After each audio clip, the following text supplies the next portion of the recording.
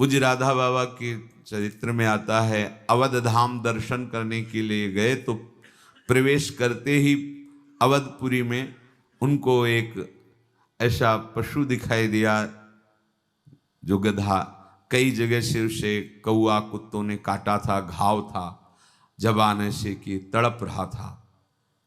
संत का हृदय परम दयालु, दया से भरा होता है, माँ की तरह होता है। बैठ गए, देखा लाखों मक्खियां भिन, अपना अचला उतारा, उसके घावों से मक्खियां हटाकर उड़ा दी। देखो कैसा संयोग, अवधपुरी का प्रभाव उस जीव को मिल रहा है। एक भगवत साक्षात्कार किए हुए महापुरुष का वस्त्र उसके शरीर।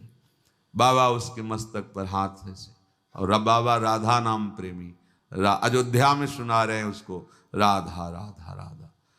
भाई जी थोड़ी थोड़ी देर में जानकारी करते थे बाबा कहाँ हैं, क्योंकि बाबा कभी भी भाव दशा में खड़े हैं तो खड़े, कई बार ऐसा देखा गया धूप में खड़े खड़े कहाँ जा रहे हैं कोई शुद्ध नहीं, तो बाबा उनकी देख रेख, भाई जी इनका बाबा कहाँ है, अब सब बाबा कहाँ है, पीछे लौटे, वहां देखा बैठे ऐसे दुलार कर रहे, लाल काशाय वस्त्र उड़ाए हुए। कितना सौभाग्य उस जीव का धाम की कृपा से मिला। देखो बाबा कनक बिहारी जी के दर्शन का एक समय है, आप चलो, तो उनका नहीं, अब जब तक इसको भगवत प्राप्ति नहीं हो जाती हम उठ के जाने वाले नहीं।